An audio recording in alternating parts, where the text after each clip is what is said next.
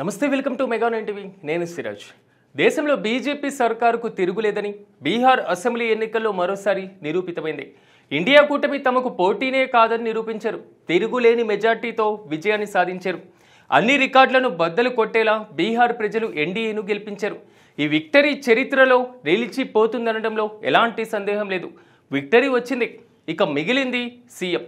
నిన్నటి వరకు మరోసారి నితీష్ యాదవ్ని ముఖ్యమంత్రిని చేస్తారని అంతా అనుకున్నారు. కానీ ఇప్పుడు తెరపైన కొత్త ముఖ్యమంత్రి అనేటువంటి వాదన వచ్చింది. మెజార్టీ సీట్లు బీజేపీ తెచ్చుకుంది కాబట్టి మోదీ తమ మాట నెగ్గించుకుంటారని కొంతమంది అంటున్నారు.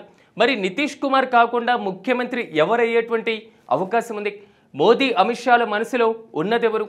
ఉన్నట్లుండి ముఖ్యమంత్రి నితీష్ కుమార్ అనేటువంటి ట్వీట్ ఎందుకు మాయమయ్యాయి అనేది ఇప్పుడు ఈ స్టోరీలో తెలుసుకుందాం.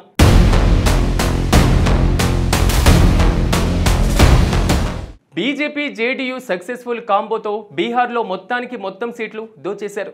విపక్షానికి పూర్తిగా బలహీన పక్షాన్ని చేసేశారు.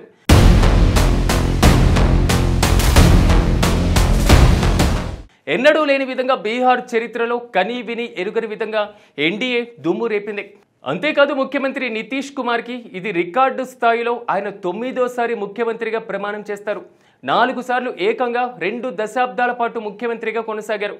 ఈసారి గెలుపుతో 10వ ఆయన ముఖ్యమంత్రిగా ప్రమాణం చేసి కుర్చీని అధిష్ఠించాలని చూస్తున్నారు.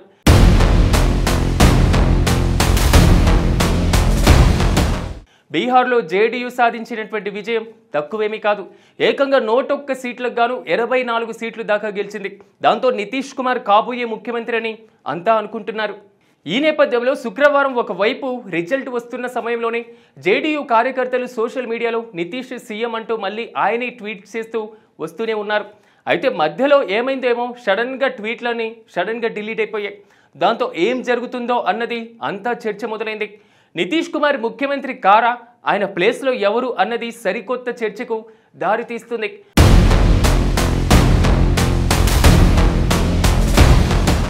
బీహార్ ఎన్నికల్లో 93 సీట్లలో పెద్ద పార్టీగా బీజేపీ అవతరించింది.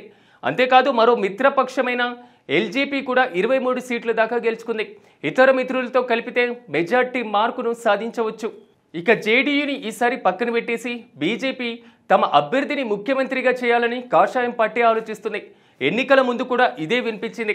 అయితే దానిని ఎన్డీఏ నేతలు కొట్టిపడేశారు. కానీ నితీష్ మా ముఖ్యమంత్రి అభ్యర్థి అని చివర్లో 1-2 సందర్భాల్లో తప్ప స్పష్టంగా ఎక్కడ చెప్పలేకపోయారు.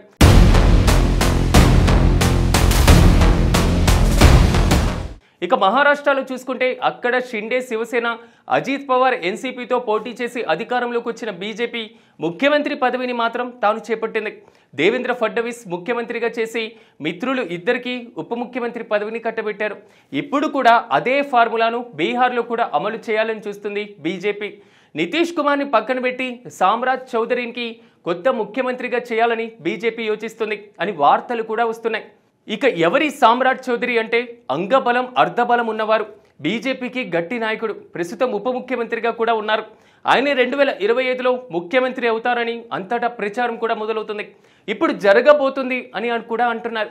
హిందీ బెల్ట్లో అన్ని రాష్ట్రాలలో బీజేపీ సీఎం పదవులు అందుకున్నారు. కానీ ఒక్క బీహార్లో మాత్రం అది జరగలేదు. దాంతో ఈసారి ఆ ముచ్చట తీర్చుకోవాలని బీజేపీ ఖచ్చితంగా ఒక ఆలోచనలో ఉందని అంటున్నారు.